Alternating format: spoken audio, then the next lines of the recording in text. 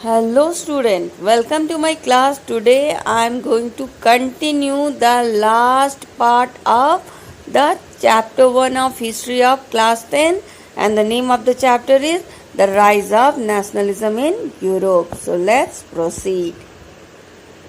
तो ये आपके चैप्टर का 6 पार्ट है. इससे पहले ही हमने ऑलरेडी 5 पार्ट कंप्लीट कर रखे हैं. तो अभी तक हमने क्या क्या पढ़ लिया, तो let's have a quick recap. तो इससे पहले हमने देखा था फर्स्ट पार्ट में कि नेशन स्टेट क्या होता है, मॉडर्न स्टेट क्या होता है और किस तरह से नेशनलिज्म डेवलप हुई आपके फ्रांस में, और फ्रांस से वो नेशनलिज्म दूसरी कंट्रीज ऑफ यूरोप में फैलने लग गई. हमने उसमें फ्रेंच रेवोल्यूशन के बारे में और नेपोलियन बोनापार्टे के रूल और बैटल ऑफ वाटरलू के बारे में भी पढ़ा था. सेकेंड पार्ट में हमने देखा था कि जब फ्रांस में फ्रेंच रेवोल्यूशन चल रहा था, जब फ्रांस में बोनापार्टे का रूल चल रहा था, तब आपके यूरोप में क्या क्या डेवलपमेंट हो रहे थे और यूरोप की सोसाइटी कैसी थी. थर्ड पार्ट में हमने देखा था कि कंजर्वेटिव्स और रेवोल्यूशनरी कौन थे और उनके क्या डिमांड्स थे. Then in the fourth part हमने देखा कि वो वेरियस इम्पोर्टेंट रेवोल्यूशन जो यूरोप में हुए थे नेशन स्टेट और नेशनलिज्म के फॉर्मेशन के लिए बिटवीन 1830 टू 1848. एंड देन उसके बाद हमने देखा था कि फ्रांस में किस तरह से रिपब्लिकन गवर्नमेंट वापस आ गई, और फिर हमने देखा था जर्मनी का यूनिफिकेशन एंड इटली का यूनिफिकेशन, एंड देन कि किस तरह से great empire of Great Britain form हुआ था. अब इस पार्ट में हम दो छोटे छोटे टॉपिक्स को कंप्लीट करके इस चैप्टर को कंक्लूड करेंगे. तो फर्स्ट टॉपिक है विजुअलाइजिंग द नेशन, यानी नेशन को विजुअलाइज करना. तो किस तरह से विजुअलाइज कर सकते हैं नेशन को. नेशन को विजुअलाइज करने का ट्रेंड चला आपका 18 टू 19 सेंचुरी में. तब ये कहा जाने लगा कि कुछ ऐसा फिगर प्रेजेंट करना चाहिए जिससे नेशन को हम विजुअलाइज कर सके, इमेजिन कर सके. तो इसी समय कहा गया कि नेशन का पर्सोनिफिकेशन किया जाए. पर्सोनिफिकेशन का मतलब है कि आप किसी नॉन ह्यूमन कैरेक्टर को कुछ ह्यूमन कैरेक्टर दे दो, यानी नॉन ह्यूमन थिंग को आप कुछ ह्यूमन कैरेक्टर दे करके उसे एक ह्यूमन फिगर की तरह प्रेजेंट करो. जैसे कि आपको पता है कि कंट्री तो नॉन लिविंग थिंग्स है, मगर उसको सिंबलाइज ऐसे करो कि वो लिविंग लगे. तो किस तरह से ऐसे किया गया, मोस्टली इसे करने के लिए एक वुमेन्स फिगर का यूज़ किया गया जो कि कंट्री को रिप्रेजेंट करती थी और उसको कहा जाता था एलिगोरी.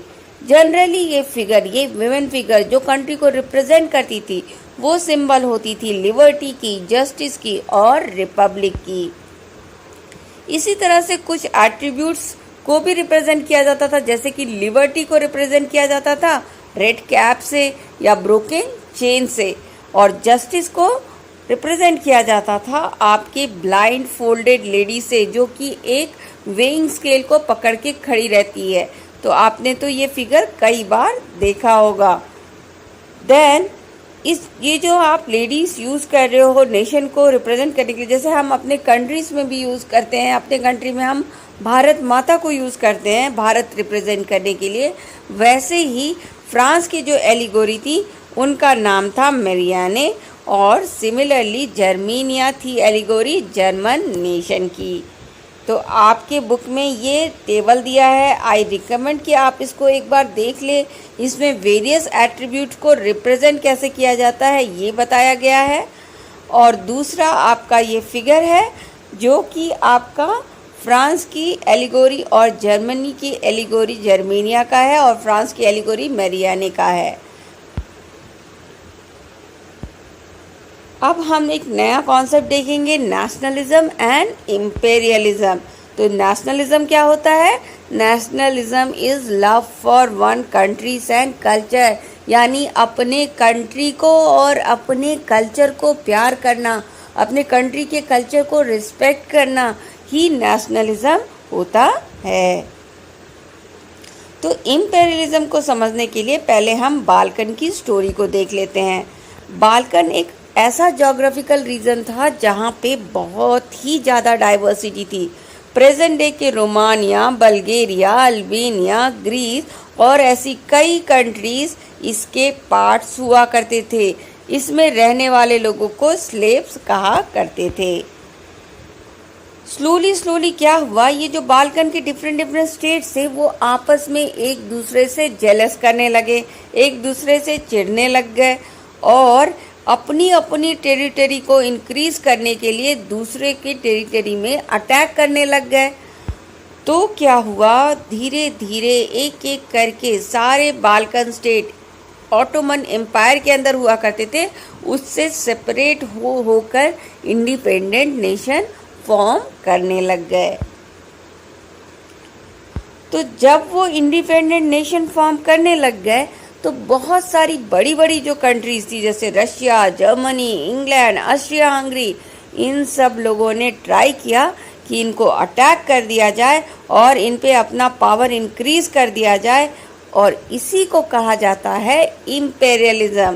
तो इम्पेरियलिज्म क्या हुआ, जब कोई कंट्री अपना पावर किसी के टेरिटरी में इंक्रीज करती है बाय यूजिंग मिलिट्री फोर्स, तो उसको ही कहते हैं आप इम्पेरियलिज्म। तो इम्पेरियलिज्म एक बहुत ही बड़ा रीज़न है फर्स्ट वर्ल्ड वॉर का। इम्पेरियलिज्म में आप क्या करते हो, आप अपने कंट्रीज़ के बाहर के जो रीजन है उस पर कंट्रोल करना चाहते हो ताकि उसके रिसोर्स को आप अपने डेवलपमेंट के लिए यूज़ कर सको। तो जब आप फोर्सफुली उसको आप कंट्रोल करते हो, इसको कहा जाता है इम्पेरियलिज्म। और इसी जो लालच थी इम्पेरियलिज्म की कि हमारे पास सबसे ज़्यादा टेरिटरी आ जाए, इसी की वजह से आपका फर्स्ट वर्ल्ड वॉर हुआ था।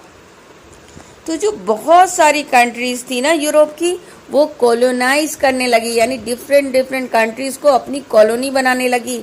जैसे इंडिया को कॉलोनी बना लिया था ब्रिटिश ने, हम किसके कॉलोनी बन गए थे, ब्रिटिश के। अंग्रेज राज में, ब्रिटिश राज में हम ब्रिटिश के कॉलोनी थे। तो इसी तरह का होड़ यूरोपियन कंट्रीज़ में बढ़ गया और इससे क्या हुआ, धीरे धीरे जो कॉलोनीज थी वो चिढ़ने लग गई इम्पेरियलिस्ट कंट्री से और इम्पेरियलिज्म के अगेंस्ट आवाज़ उठाने लगी और इम्पेरियल मूवमेंट स्टार्ट कर दी अपने अपने कंट्रीज़ में, और जिससे उन कंट्रीज़ में भी नेशनलिज्म की फीलिंग आई। उस कंट्रीज़ ने भी स्ट्रगल किया, रेवोल्यूशन किया और अपने अपने कंट्रीज़ में नेशन स्टेट्स को फॉर्मेशन किया। और इस तरह से आपके यूरोप के डिफरेंट कंट्रीज़ में नेशनलिज्म फैल गया और नेशन स्टेट इस्टेब्लिश हो गया। यही था आपका chapter the rise of nationalism in Europe. So I hope कि आपको ये समझ में आया होगा। If you like my explanation, do subscribe my channel MP Social View। Thanks for watching and happy learning.